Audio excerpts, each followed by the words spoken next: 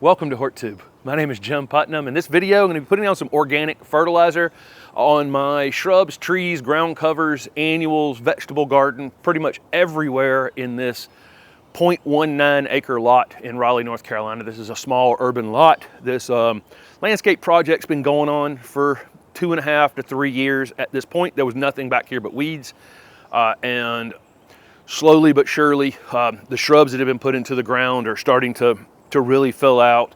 There's a lot of perennials that are dormant right now because it's the end of February. There's lots of annual flowers that have the seeds have been started on. They'll be coming out here and going in the ground maybe 6-8 weeks at this point. And again, the garden is about to wake up. We're toward the end of February. This is typically the time of year that I put down some sort of organic fertilizer, and I don't put down a whole lot of it. I don't put down the recommended rate of it. I say this is fertilizer day, right? But my fertilizer day is any day that the soil microbes are awake during the growing season. Once the soil temperature comes up above 60 degrees, all your soil biology comes to life. All your beneficial bacteria, all your beneficial fungi, all the things that actually do the work to improve your soil and to feed your plants, to put nutrients in available forms for your plants. So I'm putting down this organic fertilizer, but I'm also pruning plants and I'm chipping that material up and spreading it in the beds. I have my leaves down here from the trees that fell in the fall. Those things are going to be breaking down throughout the season. And I'm about to put down a thin layer of mulch once I've done some weeding and this fertilizing and some other things. So everything out here is part of feeding the soil microbes.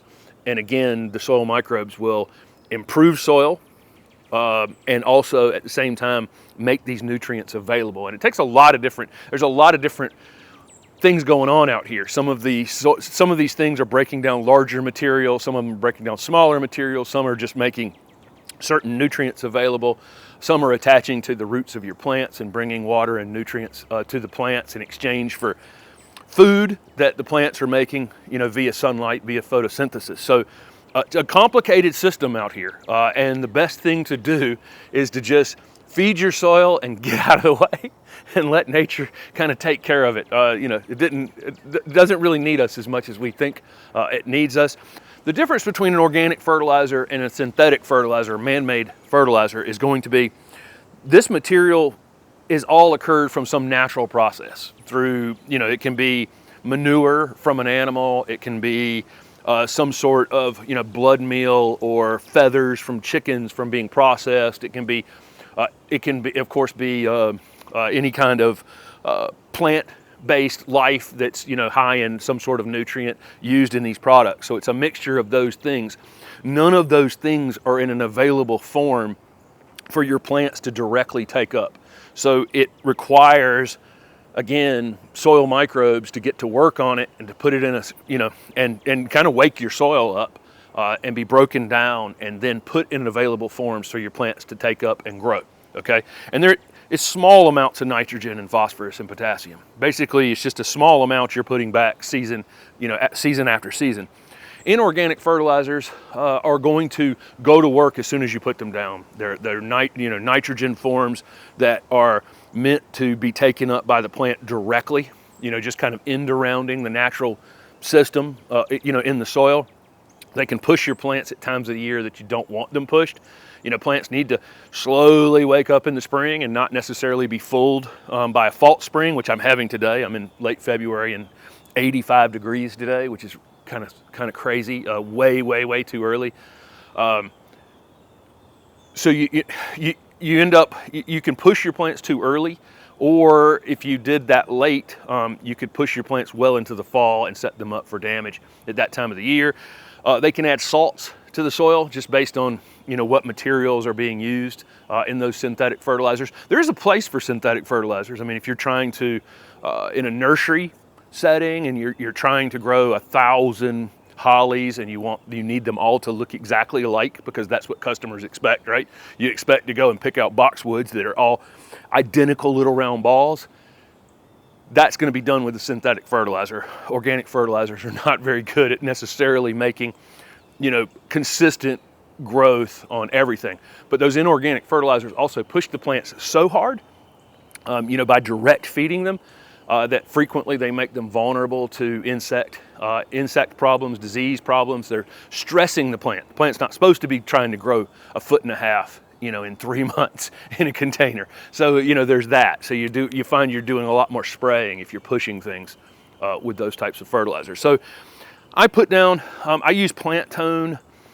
You'll see in the Espoma products, you'll see garden tone and rose tone and all kinds of something tone. Holly tone has a sulfur component, and if your pH is kind of high and you're trying to grow azaleas and hollies and camellias and rhododendrons and those kinds of things, you would use holly tone.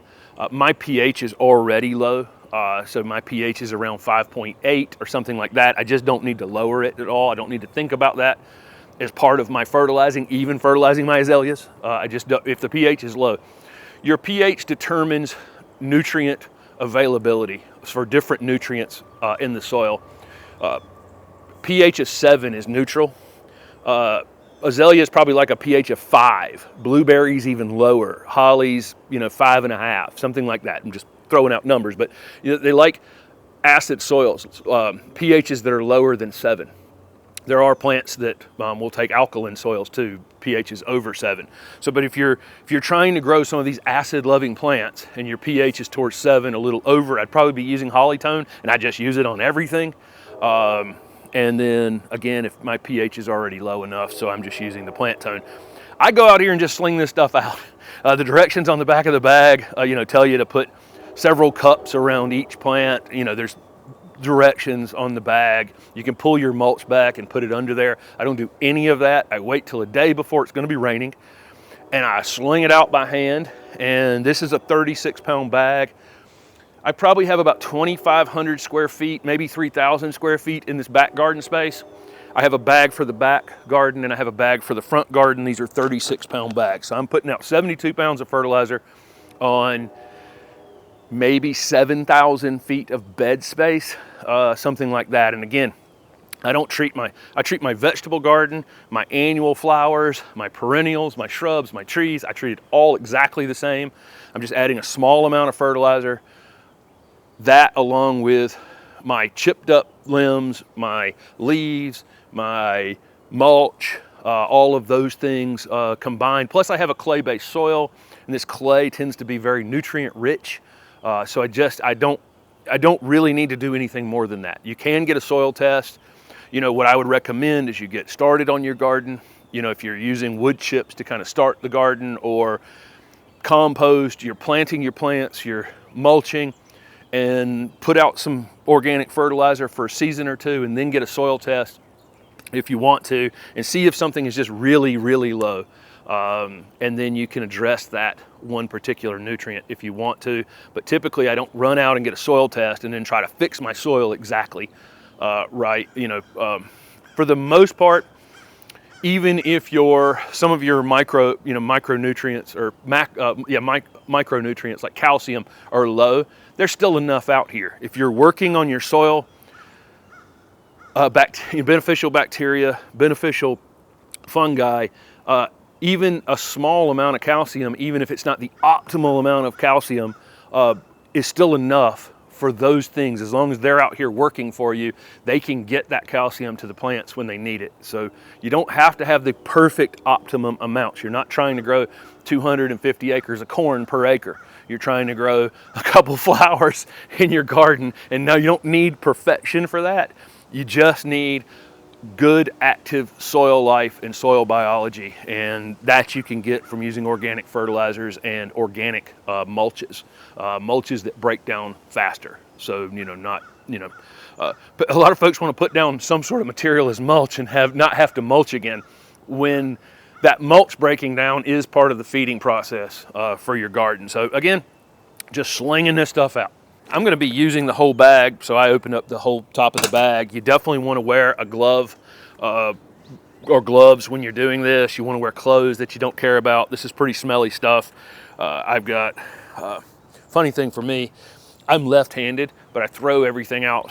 I throw with my right hand, and so somehow I only used right-hand gloves forever, and I only have left-handed gloves everywhere, so I had to find another pair of gloves I might pick up out the road, which these are like riding gloves, which is kind of funny, but it's the only right-hand glove. The only right-hand glove I can find. I got, you know, if anybody needs extra left-hand gloves, let me know. I've got several. I wear a mask when I'm putting this out. It's going to be fairly dusty, and then again, definitely wearing a glove. These clothes are going to have to go into the dirty clothes immediately. Your dogs are going to love this stuff, so keep them away from it and try to do it on a day before it's going to rain. Or alternatively, I could put this out and then put the sprinkler on it and water it in. Or you can, you know, follow the instructions and pull the mulch back. I do not like to break my mulch barrier because when I break the barrier on the mulch, I'm definitely bringing weed seeds up to the top. So any gain that I'm going to get by encapsulating this fertilizer in my mulch, I feel like I'm going to lose in the labor of pulling weeds from the soil disturbance that I'm doing around the plants. If that makes, hopefully that makes some sense, because not only are the soil microbes waking up when it hits 60 degrees, but so are all the weed seeds like crabgrass and, you know, other things, and even some of our noxious weeds like ligustrum and ivy and those kinds of things are going to be germinating pretty soon as well. So I'm going to set this down here, move this cart out of the way, and then again, I'm going to sit in one spot, grab a handful of this, and I'm going to sling it out.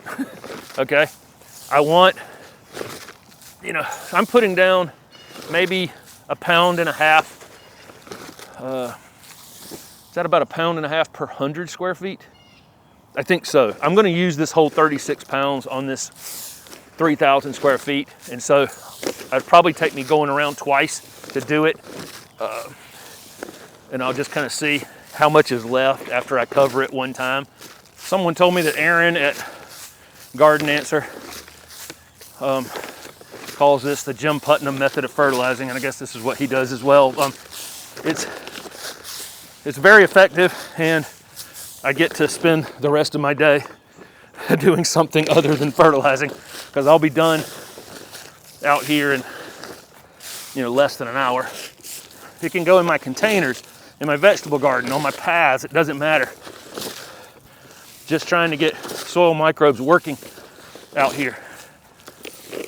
They're the thing.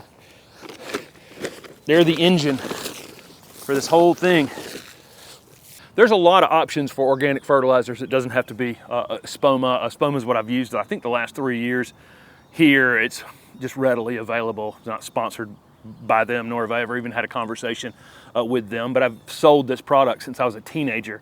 It's been pretty consistent for a lot of years. So, you know, I do like it. Again, on the bag, they're telling you to fertilize individual plants, and in the Jim Putnam method, I'm fertilizing the ground because the ground, you know, the soil itself is what I'm trying to get working on this material and start waking as it starts to wake up here in the spring and get going and putting this stuff in available form for the plants. This is not a lot of fertilizer. This is a lower rate than what's been called for on the bag. I could probably at this point start to think about skipping it. I think I've gotten my soil. I think my soil has a pretty good, the motor's running pretty good. You know, I'm not really missing anything. I don't see any micronutrient deficiencies that will show up in the leaves, you know, with interesting veining and that kind of thing that you might see in the leaves. I don't see any of those. I got rich dark green color on the things that are supposed to be dark green. So I don't think I need a whole lot of fertilizer, and I kind of shoot these fertilizer videos just to kind of talk down that I think we use too much fertilizer in general. I'll fertilize, so I fertilize this entire space once a year. The vegetable garden, when it gets switched out between cool season vegetables and warm season vegetables, it'll get another application. If you're using organic fertilizer on your containers, you may want to do that a few times a year.